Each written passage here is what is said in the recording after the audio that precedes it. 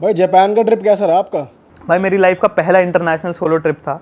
मैं गया 1 महीने के लिए, मेरा क्लियर है, मैंने कहा जापान जाना है, 1 हफ्ते के लिए तो जाऊंगा नहीं, 15 दिन के लिए तो जाऊंगा नहीं, मैं जाऊंगा तो 1 महीने के लिए जाऊंगा। भाई वीज़ा अप्लाई किया था 15 दिन का, क्योंकि मेरा लास्ट टाइम वीज़ा हो गया था रिजेक्ट जापान का। मेरे को लास्ट ईयर जाना था जापान, मेरा हो गया वीज़ा रिजेक्ट। मेरे को लगा इस बार भी लगे ना लगे 15 दिन का अप्लाई करता हूँ। 15 दिन का अप्लाई किया, उन्होंने मेरे को 1 महीने का वीज़ा दिया। मैं कहा ठीक है भाई 1 महीना रहेंगे। ऐसा भी हो जाता है कि 15 दिन का अप्लाई करो, वो एक्स्ट्रा डेज का दे देंगे तुमको? हो सकता है कि वीज़ा अगर मैं 14 दिन का अप्लाई करता तो 15 दिन का मिलता, बट मैंने 15 दिन का अप्लाई किया, इसलिए उन्होंने मेरे को 30 डेज का दिया। ऐसा मेरा स्पेकुलेशन है, बट मेरे को पता नहीं भाई कि एग्जैक्टली क्या होता है, क्योंकि मेरा होता ही है। हम भी जब यूरोप गए थे तो 3 महीने का हमें भी मिल तो गया मेरा था। तो फर्स्ट था भाई, फर्स्ट इंटरनेशनल था, तो मैं लास्ट में फंस गया भाई वहाँ पे। बहुत बुरा फंस गया भाई, मतलब जापान में। तो जापान में ना एक आइलैंड चेन है जिसको इजू आइलैंड बोला जाता है। बहुत सुंदर आइलैंड है उसमें, ठीक है। टोक्यो से मेन 340 या 350 किलोमीटर दूर है समुद्र में, बहुत छोटा आइलैंड है। और वो आइलैंड पे इतनी, आप फोटो यहाँ पर आप देखना, मैं दिखाऊंगा फोटो, यहाँ लगा भी देना, डबल वॉल्केनो है उस आइलैंड पे, ठीक है। और वो देखने में क्या सुंदर लगता है वो आइलैंड, मेरे को था बहुत सुंदर है, यहाँ जाएंगे। अब वहाँ जाने के लिए आपको 2 फेरी बदल के जाना पड़ता है, that is the only option. Tokyo से लगते हैं कुछ 14 या 16 घंटे टोक्यो से। तो टोक्यो से आप पहले फेरी लेते हैं, ओवरनाइट जर्नी, रात में फेरी में बैठेंगे, सुबह उतरेंगे, देन वहाँ से एक नई फेरी लेंगे, वो 4 घंटे लेके आपको उस आइलैंड पहुँचाएगी। मैं उस आइलैंड पे पहुँच गया, उस आइलैंड को बहुत बेहतरीन सुंदर देखा, मज़ा आ गया। मैंने कहा चलो नेक्स्ट डे फेरी लेंगे, वापस जाएंगे घर, क्योंकि मेरा वीज़ा खत्म हो रहा था 23 तारीख को, ठीक है। और मैं उस समय 2 दिन बचे होंगे वीज़ा ख़त्म होने में, 2 या 3 दिन, बस 2 दिन बचे थे। मैं कहा 23 को वीज़ा ख़त्म है, आज 21 तारीख है, कल लेंगे, वो चले जाएंगे। भाई सुबह हुई, मैंने आंटी को बोला जो वहाँ पे थी कि मैं जा रहा हूँ, मैं चेकआउट कर रहा हूँ, आप पैसे बता दो। उन्होंने कहा कहाँ जा रहे हो? मैं कहा वापस जा रहा हूँ। कह रही वापस कैसे जाओगे? मैं कहा फेरी से। फेरी तो आज चल नहीं रही। मैंने कहा वहाँ लिखा है वेबसाइट पे फेरी चलेगी, और मेरे को लग रहा है जापान है भाई, पक्के होंगे अपने वर्ड्स के ना, बट अब वेदर ऐसी है तो क्या करें। तो उन्होंने बोला नहीं आज तो वेदर ख़राब हो गई है, फेरी कैंसिल हो चुकी है, फेरी तो चलेगी नहीं। फिर हम गूगल ट्रांसलेट पे बात कर रहे थे और कैसे बात करेंगे, तो वो मेरे को बोलती हैं कि तुम्हें इस आइलैंड के बारे में पता नहीं, ये आइलैंड ऐसी बीवी है तुम्हारी जो एक बार आओगे तो तुम्हें छोड़ के जाने नहीं देगी। और मेरे को डर लगना शुरू, मैं कहा मैं क्या करूं भाई। फिर मैं एक्सपायर हो रहा है 2 दिन में भाई, 2 दिन में। और मेरे को हो गया कि मेरा सपना है लंदन जाना, अगर मेरे पासपोर्ट पे कुछ भी इशू आ गया मैं तो फंस जाऊंगा बहुत बुरा। तो भाई मतलब फिर क्या हुआ, मैंने कहा आंटी ठीक है, मैं आंटी को छोड़ा, मैं बाहर गया, बाहर देखूं क्या है। भाई मेरे को हेलीकॉप्टर की आवाज़ आ रही थी पास से, मैं भागा आवाज़ को फॉलो करता हुआ जा रहा हूँ, बस कहाँ जाना है, भागा। मैं जैसे ही पहुँचा हेलीकॉप्टर मेरे सामने उड़ गया, चले गया। भाई कोई ऑप्शन नहीं। अब मैं वहाँ खड़ा हूँ, वहाँ पर एक पुलिस वाला है, एक लोकल आदमी है। पुलिस वाला एक ही है शायद उस आइलैंड पे, 160 लोग रहते हैं भाई, बहुत रिमोट आइलैंड, तो पुलिस वाला एक ही है वहाँ शायद। तो मैं पुलिस वाले को बताता हूँ अपना सिनेरियो कि सर मेरा वीज़ा ख़त्म हो रहा है, एनी हाउ मेरे को जाना है, मेरे को हेलीकॉप्टर में करवा दो, कल करवा दो, कैसे भी करवा दो। वो हंस गया भाई मेरे मुँह पे, वो कहता है क्या प्रॉब्लम है, वीज़ा ख़त्म हो रहा है।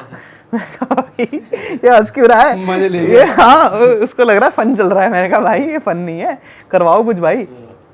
तो उसने ना फिर हेलीकॉप्टर कंपनी का नंबर वहाँ होता है अवेलेबल, रिसेप्शन से लिया, आपको बुक करना होता है फ़ोन पे। अब मेरे पास ना जापानीज़ नंबर, ना मेरे को जापानीज़ आती है, तो उसने कॉल करके मेरे पता करा दिया। उसने बोला मैं शाम के 4 बजे, वैसे तो बुक चल रहा है सब कुछ, अगले 5 दिन तक हेलीकॉप्टर बुकड है, मैं फिर भी कॉल करके आपको शाम तक बता दूंगा, अगर कोई कैंसिल करेगा तो शायद आपको सीट मिल जाए।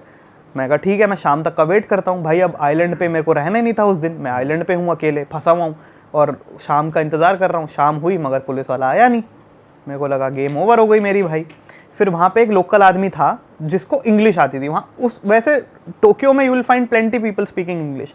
अब इतनी दूर गए हो तो वहाँ कौन इंग्लिश बोले, नहीं आती लोगों को इंग्लिश। तो एक आदमी को आती थी इंग्लिश, जिसको मैंने अपना दुखड़ा रोया कि भैया ये हो गया, मैं तो फंस गया हूँ बहुत बुरा। उसने कहा अपने इमिग्रेशन फ़ोन करो, अपनी एम्बेसी फ़ोन करो, करवाओ। मैंने कहा एम्बेसी में फ़ोन नहीं करना चाहता, दिक्कत हो जाएगी मेरे लिए, मेरे को नहीं करना है। तो मैंने कहा कल देखूंगा, अब होपफुली कल कुछ हो जाए। तो उसने बोला कि ऐसा करो, ऑफिस खुलता है हेलीकॉप्टर का सुबह 8 बजे, एक ही है वहाँ पे ना, एक छोटा सा जगह है, 8 बजे खुलेगा, आप आके सुबह लाइन में लगो, मेक श्योर के that you are first in the line. अगर किसी ने कैंसिल किया देन आपको ले जाएंगे। भाई मैं सुबह कितने बजे हेलीकॉप्टर पे चले गया, सुबह 4 बजे। मैं कहा मेरे को जाना है भाई। मैं सुबह उठा 3:30 बजे, भाई 4 बजे मैं वहाँ पे, 8 बजे की उसमें 8 बजे मैं 4 बजे रोडीज की लाइन बना दी सबसे पहले, मैं यूं साल ले भाई। वो वहाँ पर एक बेंच सी थी, मैं गया बेंच पे जाके लेट गया और मैंने वहाँ अपनी बोतल रख दी कि ये मेरा स्पॉट है कोई वो नहीं होगा। वहाँ बोतल रखी और मैं कहा अगर आँख लग जाए बाय चांस और कोई और आके खड़ा हो जाए तो दिक्कत हो जाएगी।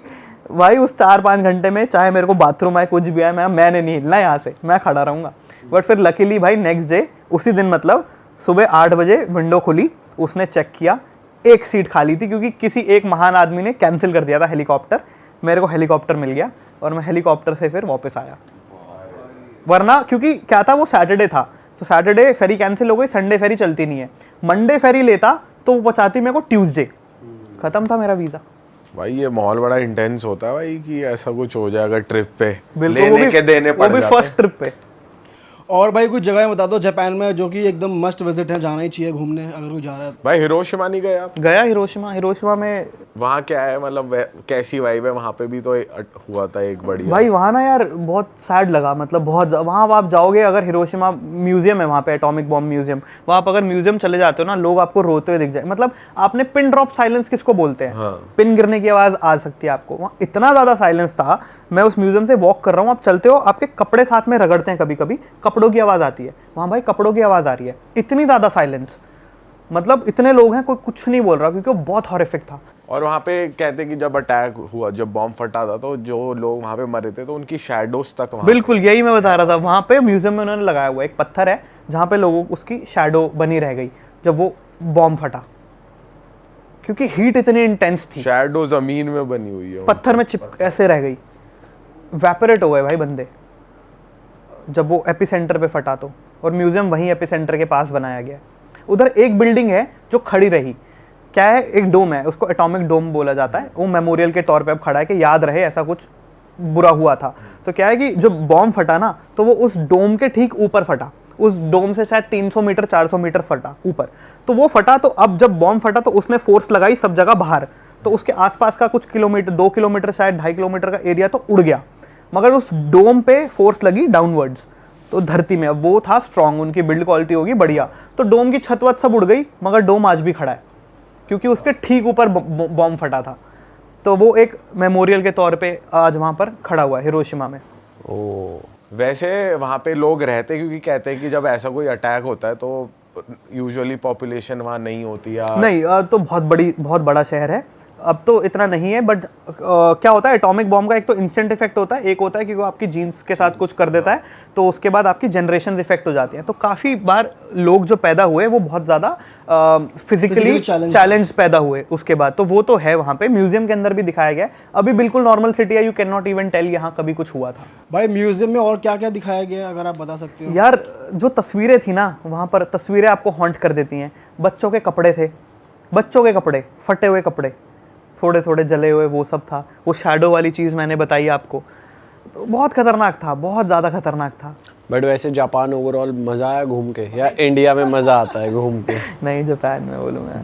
जापान की क्या यूनिक चीज़ें थी वहाँ? हमने सुना है वो पॉन वाले बार्स भी हैं, ऐसा कुछ सीढ़ी हाँ, देते तो हैं एशिया का जो लार्जेस्ट रेड लाइट डिस्ट्रिक्ट है वो टोक्यो में है, एशिया का लार्जेस्ट। अब वहाँ पे खाली थाईलैंड में नहीं है? आई थिंक टोक्यो के अंदर है। गलत हो सकता हूँ बट मेरे को लगेगा नहीं मैं गलत होऊंगा, आई डोंट थिंक गलत होऊंगा।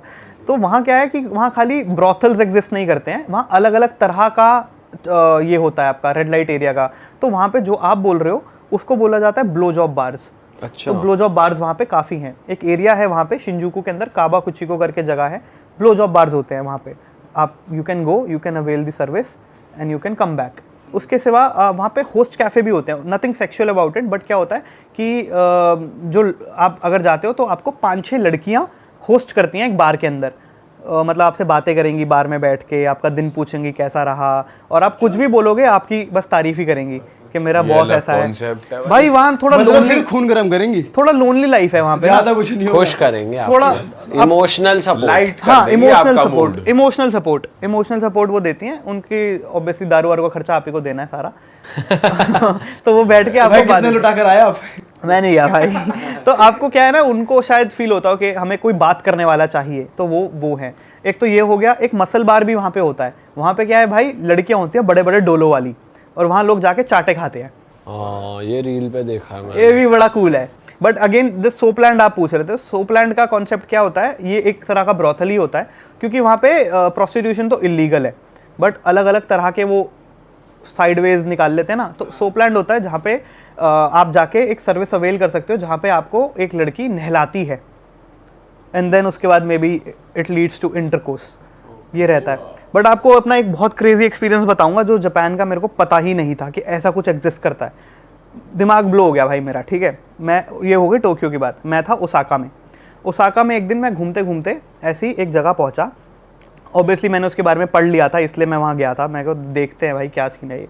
तो आपने एम्स्टर्डम के बारे में सुना होगा, मैं तो गया नहीं, मैंने सुना है खाली कि वहाँ पे जो रेड लाइट, वहाँ का रेड लाइट एरिया है, वहाँ पे ग्लास के पीछे कुछ लड़कियाँ खड़ी रहती हैं। अभी हम है ना? देख कर आए थे, अभी हम गए थे। हाँ, उसका सेम वर्जन जापानीज में, उससे better in the sense like cleanliness और वो सब ओसाका के अंदर है। जगह का नाम है टोबिता शिंती करके कुछ जगह है, I am pronouncing it wrong. But वहाँ भाई क्या सीन था, मतलब वो एक एरिया है जहाँ पे सारी की सारी स्ट्रीट लाइट्स पिंक है, सॉफ्ट पिंक, ठीक है, बहुत साफ। और वहाँ पे ऐसे छोटे छोटे घर बने हैं, घर या दुकान कुछ भी बोल लो, छोटे छोटे लाइन से घर हैं एंड वहाँ पे गेट्स खुले रहते हैं उनके। और उस घर के उस शॉप के अंदर एक लड़की बैठी होती है अलग अलग अटायर्स में, लाइक एक कोई स्कूल गर्ल कॉस्ट्यूम में बैठी है, कोई खाली बिकनी में बैठी है, कोई आपकी अलग फैंटेसी होगी, कोई उसमें बैठी हुई है। एक जवान लड़की होती है, यंग काफ़ी, एंड एक मामा सान बोलते हैं, एक बूढ़ी औरत होती है, बूढ़ी नहीं, एक एजड औरत होती है वहाँ पे, बस दैट इज़ इट। तो आप उस स्ट्रीट से वॉक करते हो, आप लिटरली वहाँ पे उस रेड लाइट एरिया में घूमते हो, यू आर लुकिंग कि आपको अगर इंटरकोर्स करना है तो आप किसके साथ करोगे, like you are walking and you are just looking everything वाला ही हो गया सेम। हाँ, बट यहाँ ग्लास भी नहीं है, लड़कियाँ बस बैठी हैं और वो आपको हाय बोलेंगी, बुलाएंगी ऐसा। एंड देन आप अगर जाते हो उनके पास, तो जाते ही वो जो आंटी होती है वो आपके हाथ में एक पेपर देती है जिसके अंदर बेसिकली रेट्स लिखे होते हैं कि 15 मिनट का XYZ, 20 मिनट का XYZ। भाई ये सेम चीज़ एम्स्टर्डम में ही है, बट वहाँ पे ग्लास लगा हुआ है, जो आप बोल रहे हो सेम चीज़ है, स्ट्रीट है, बट वो इतनी सुंदर क्लीन नहीं है जो आपने बोला। भाई एकदम क्लीन, अच्छा, मतलब और ऑकवर्ड नहीं फील होता भाई, पता नहीं, स्ट्रेंज था काफ़ी। तो वहाँ लोकल लोग काफ़ी घूम रहे थे? लोकल ही थे मोस्टली सारे, क्योंकि टूरिस्ट तो बहुत कम जाते हैं ऐसी जगहों पे, तो वो था भाई थोड़ा सा। टोक्यो में थे टूरिस्ट बहुत सारे? टोक्यो में तो बहुत टूरिस्ट, भाई टोक्यो मैंने सुना गाड़ियों का कलेक्शन बहुत ज़्यादा, हाँ बहुत ज़्यादा कल्चर है भाई वहाँ पे ना। मैं नहीं कर पाया यार, मेरा इंटरनेशनल ड्राइविंग लाइसेंस वहाँ काम नहीं किया, मेरे को लगा कि चलेगा, नहीं हुआ साला, वरना मैं प्लान था वहाँ ना ड्राइव करने का कुछ तो बढ़िया गाड़ी। दिखती है एग्जॉटिक कार जैसे कि मूवीज में भी हम देखते हैं। शिबुया करके एक जगह है, वहाँ मैंने देखी। बाकी कहते हैं योकोहामा टोक्यो के पास में, जैसे दिल्ली नोएडा हो गया ना, वैसा ही कॉन्सेप्ट कुछ समझ लो। योकोहामा पास में एक शहर है टोक्यो के, तो वहाँ पर ज़्यादा कल्चर है गाड़ियों का, लोग फुल वो करके टोक्यो ड्रिफ्ट वाली फील। मॉडिफाई हाँ, अंडरग्राउंड मीट्स भी होती हैं भाई वहाँ पे ना, मैं नहीं अटेंड कर पाया बट होती हैं, क्योंकि अगेन आपको गाड़ी चाहिए, मैं गाड़ी तो अब रेंट ही नहीं कर पा रहा, मैं तो क्या करूँगा। तो जो जापान में आपने सिटीज तो घूमी, साथ ही कुछ लोकल विलेजेस भी घूमी जैसे? भाई खूब घूमे, मेरे साथ वहाँ भी बड़े सीन हुए हैं, मतलब मज़ेदार, वो तो काफ़ी डिटेल में जाना पड़ेगा उसके लिए।